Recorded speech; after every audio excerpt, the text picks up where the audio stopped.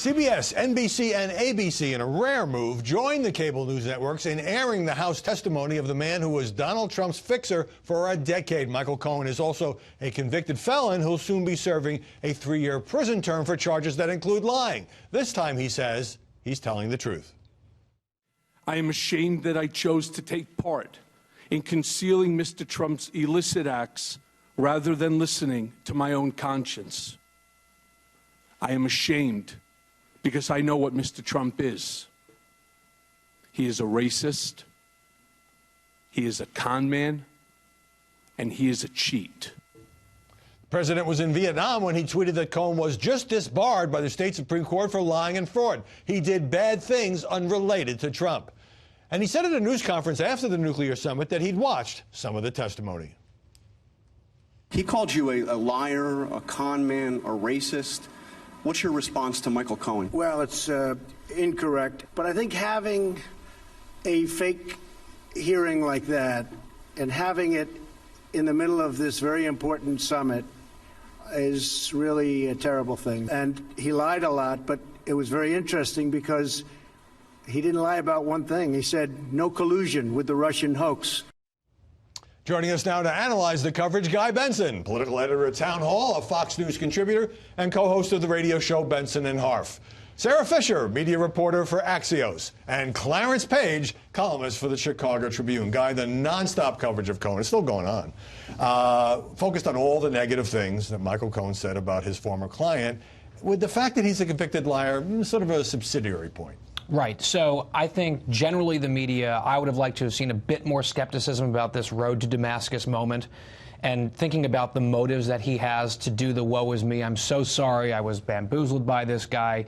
He now has to pander to the resistance because he's torched his bridge to Trump world. He will have a life after prison, and he's spoon-feeding the left exactly what they want to hear. Now, some of it is very likely true, and in fact, he's proven that some of it is true with documentation. I think on the flip side of the media argument, from my side of the aisle, the conservative press, I think that too many of us were too willing to go along with the White House and the Republicans with this all hands on deck, this man is a liar, you cannot believe a word he says, because he actually testified a few things that are helpful to the president, and I think it's disingenuous to say he's a complete liar except for these 3 things which we like. Almost all of the Republican questioning at the hearing was attacking his character and the liar, and that's fair game, but that was almost all they did. Clarence, are many of the media too quick to champion Michael Cohen as this now whistleblower after being so critical of him during the years when he was Donald Trump's fixer and sometimes yelled at or threatened journalists? I don't know about championing him, Howard, but I'm delighted they gave him a platform. The House, Democratic House gave him this platform as well. It reminded me of the Valachi papers, which nobody's old enough to remember but me, evidently. Well, educate us. There's a hell of a comparison here. Joe Valachi was a member of La Cosa Nostra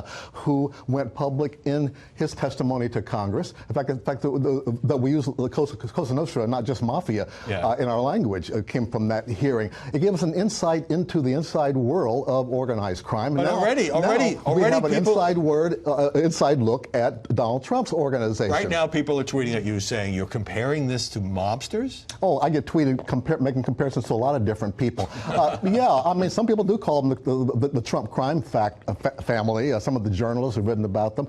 And it's not that unusual to have that kind of a reaction when you see people possibly colluding, possibly conspiring. We'll see about that, but I think the mob rhetoric goes too far. Sarah, this is not a trial. Remember, this is a House. You know, it's a political process. This is a television show. Sarah, this seemed like a perfect snapshot of a very polarized media and political culture, where you trash Cohen if you're a Trump supporter and believer, and you praise Cohen if you're a Trump detractor. That's exactly right. But there's one thing that I think everyone could see across the board, which was that there was some sort of national importance. I mean, you look at all the news networks taking this, they clearly saw this could be a moment that could be leading to the downfall of the president. Potentially, we don't know. And that's why the broadcast networks decided to use their precious airtime, because this could have been...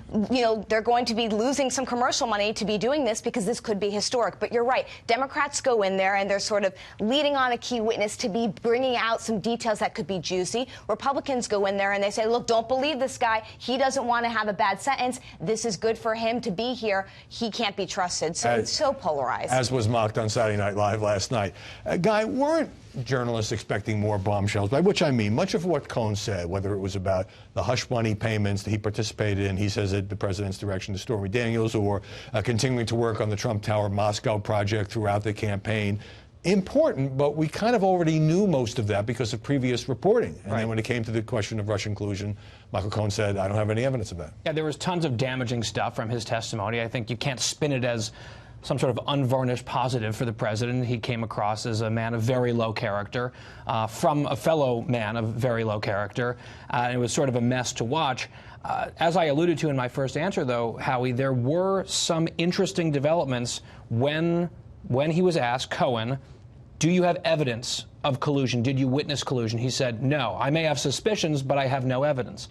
He also said, in a crucial piece of testimony, that he did not visit Prague in the Czech Republic, which was a key piece of that infamous Steele dossier, which discredits that document, which was the basis of so much of this investigation. So, again, if the Republicans on the panel had been a little bit less obsessed with just trashing this guy and calling him a liar and a sleaze, which he admitted being both of those things, and actually focused more on these other points, it might have been less damaging for the president. Well, the one exception was Michael Cohen testifying that Roger Stone had called Donald Trump in the summer of 2016 and given him advance word of the WikiLeaks dump of Democratic emails, but Stone denies that.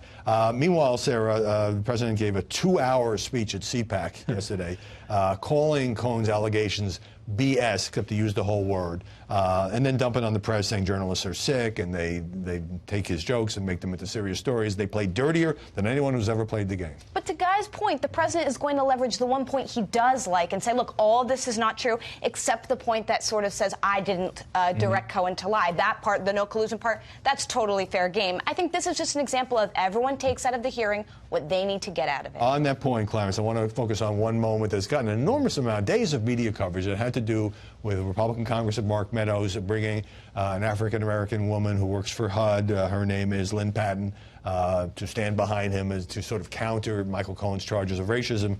And then it brought, just play a little bit of the reaction from Democratic Congresswoman Rashida Tlaib.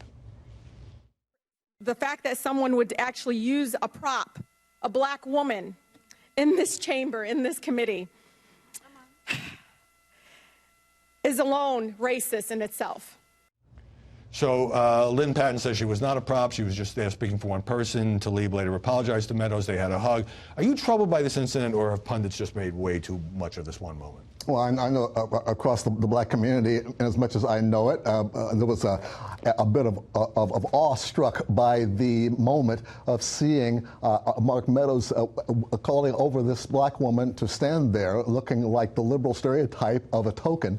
And I'm not saying she is, but that's what it looked like. And this was just a weird scene in the first place. We've since found out that Ms. Patton was trying to, or has been campaigning to get a reality TV show of her own, which is no sin. Almost everybody in Washington seems to be doing that these days, but it just sort of adds to the media circus image. Well, she's giving a lot of interviews. You know, ordinarily, Sarah, Cohen's his account of various racist comments by Donald Trump would be explosive.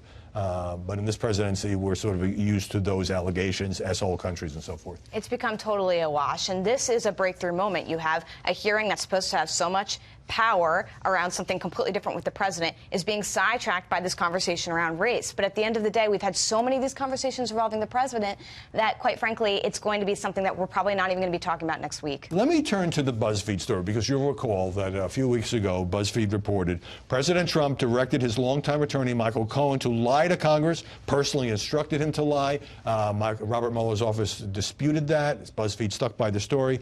So in the testimony, Michael Cohen was asked about this having to do with his account about the Trump Tower Moscow project. Here's what he said. And so I lied about it too, because Mr. Trump had made clear to me through his personal statements to me that we both knew to be false, and through his lies to the country that he wanted me to lie. So Cohen is saying, well, he didn't directly tell me to do this. I just interpreted it as that was his intent. What does that do to the BuzzFeed story? Well, the BuzzFeed story is still hugely problematic for BuzzFeed, because what they reported was that Trump directed Cohen to lie under oath, and he denied that. Cohen did on the stand, saying, I felt like I knew what he wanted me to do, which was to lie, which is a very different thing than being ordered or directed to do something. It's plausible, but that's not what BuzzFeed reported. And there's still this outstanding problem that they have, which is the two reporters on that piece. One of them, when it first broke, said that they had seen documentation that proved that this directive had occurred, which it hadn't. One of them said they'd seen it. The other one said they had not seen it. And to this day, they still can't get on the same page. Just briefly, Clarence, Cohen said it's not his job to be a fact checker for BuzzFeed. In other words, why didn't he speak out on this earlier? But even if he's telling the truth as he sees it, that's not what BuzzFeed reported. Well, Mueller became a fact checker for BuzzFeed, didn't he? I mean, this is that argument has already started and it continues, like all the other arguments around here. I call this particular issue a wash right now, except it's true BuzzFeed is on the defensive for good reason. They've got to back up that story, if you will. But this whole affair is really like I say, a political process and a media process to try Donald Trump over the media, through the media, and thus make an issue out of everything and interpret it from the vantage point of whatever base you're speaking from. That's why it has been such an enormous media story this week.